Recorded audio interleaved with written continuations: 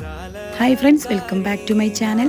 ഉലുവ ചീര തോരൻ റെസിപ്പി ആയിട്ടാണ് ഇന്ന് ഞാൻ വന്നിട്ടുള്ളത്. അപ്പോൾ അതിനായിട്ട് ഇതിലേക്ക് ഉലുവ ചീര എടുത്ത് കുക്ക് ചെയ്യുന്നതിൻ്റെ മുന്നേ ഇതിലേക്കുള്ള അരപ്പ് തയ്യാറാക്കാം.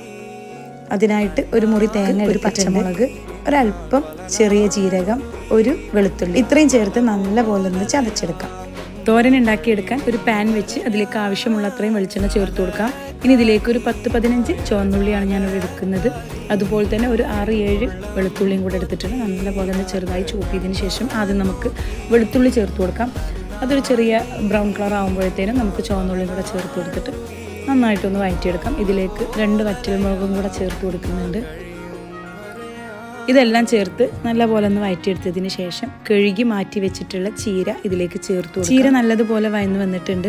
ഇനി ഇതിലേക്ക് നേരത്തെ ചതച്ച് മാറ്റി വെച്ചിട്ടുള്ള തേങ്ങ ചേർത്ത് കൊടുക്കാം. നല്ലപോലെ മിക്സ് ചെയ്തതിന് ശേഷം തീ ഓഫ് ചെയ്ത് സെർവ് ചെയ്യാം.